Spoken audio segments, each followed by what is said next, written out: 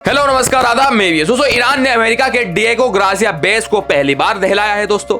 Israel के Dimona शहर पर आसमान से कहर बरसा और तेहरान के आसमान में इजरायली फाइटर जेट को मार गिरा है।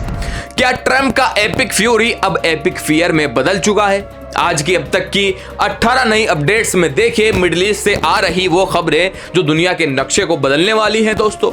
दुनिया के सैन्य इतिहास में पहली बार किसी देश ने हिंद महासागर में मौजूद सबसे सुरक्षित अमेरिकी बेस डिएगो ग्रासिया पर हमला करने की हिम्मत की है दोस्तों। ईरान ने अपनी खुर्रम शहर 4 मिसाइल से 4000 किलोमीटर दूर इस बेस को निशाना बनाया है। IRGC के प्रवक्ता इब्राहिम ने ट्रंप को ललकारते हुए कहा कि युद्ध ट्वीट से नहीं मैदान में तय होता है। और मैदान का हाल यह है कि अमेरिकी F-35 के बाद अब ईरान ने इजराइल के एक और फाइटर जेट को आसमान में मार गिराया है। इजराइल ने हमले की बात तो मानी है, पर हमेशा की तरह नुकसान छुपाने की कोशिश की जा रही है। इजराइल का परमाणु केंद्र डिमोना इस वक्त ईरानी बैलिस्टिक मिसाइलों के धुएं से भर गया है दोस्तों। आसमान से बरसते इस कहर के बीच इजराइल के लोगों को बंकरों में भागना पड़ा है। अचानक 1 दर्जन से ज्यादा मिसाइलें अलग अलग शहरों पर गिरी है दोस्तों ईरान की, जिसके बाद नेतन्याहू को सुरक्षित बंकर में ले जाया गया। इजराइल का दावा है कि एक मिसाइल यरूशलेम में पवित्र स्थलों के महज कुछ 100 मीटर की दूरी पर गिरी है। ईद के दिन हुए इस हमले ने इजराइल के सुरक्षा घेरे की पोल खोलकर रख दी है। पलटवार में अमेरिका और इजराइल ने ईरान के नतांज परमाणु केंद्र पर अब तक का सबसे बड़ा हमला किया है। नतांज में जबरदस्त बमबारी की गई है ताकि ईरान के परमाणु शक्ति को खत्म किया जा सके। इसके अलावा पश्चिमी ईरान के देजफुल में IRGC के ठिकानों पर हुए हमलों से आसमान में आग का गोला दिखाई दिया है दोस्तों। जंग के 22वें दिन भी दोनों तरफ से इमारतों को खंडर बनाने का सिलसिला जारी है। तेल अवीव की एक रिहायशी इमारत अब सिर्फ मलबे का ढेर बची है। ईरान अब स्ट्रेट ऑफ हॉर्मुज पर अपना कब्जा मजबूत कर रहा है।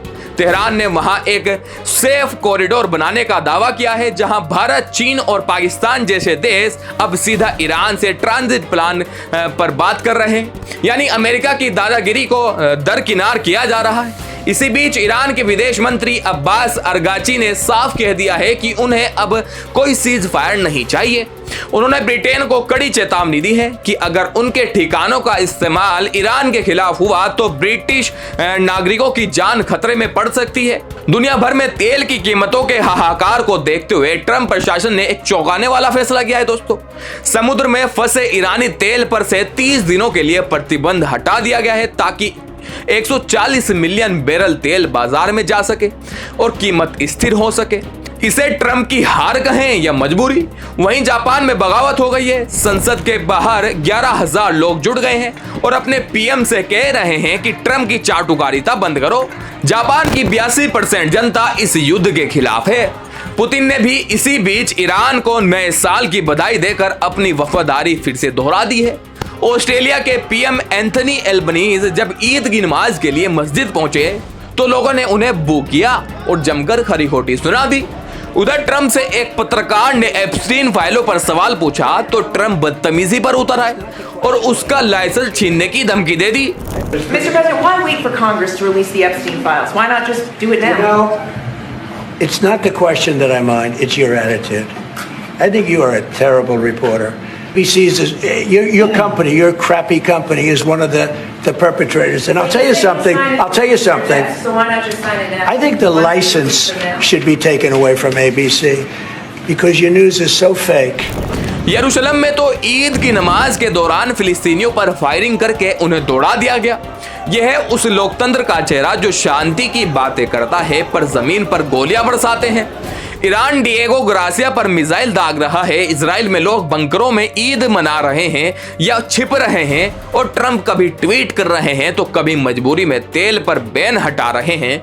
एक तरफ पुतिन लॉयल फ्रेंड होने का नाटक कर रहे हैं तो दूसरी तरफ आम जनता महंगाई और मिसाइलों के बीच पिस रही है। क्या $20 मिलियन का रडार, 40 लाख की मिसाइलें सिर्फ एक दूसरे के ईगो को संतुष्ट करने के लिए बनी है? क्या आपको लगता है कि हॉर्मुज पर ईरान का बढ़ता कंट्रोल अमेरिका की सुपर पावर वाली छवि को खत्म कर देगा? और क्या जापान की जनता का विरोध अब पूरी दुनिया में फैलेगा? अपनी राय कमेंट्स में जरूर दें। जल्दी लौटूंगा बड़ी बड़ी अपडेट्स के साथ, छोटी छोटी वीडियो के साथ, ताकि आप बोर भी ना हो। जय हिंद।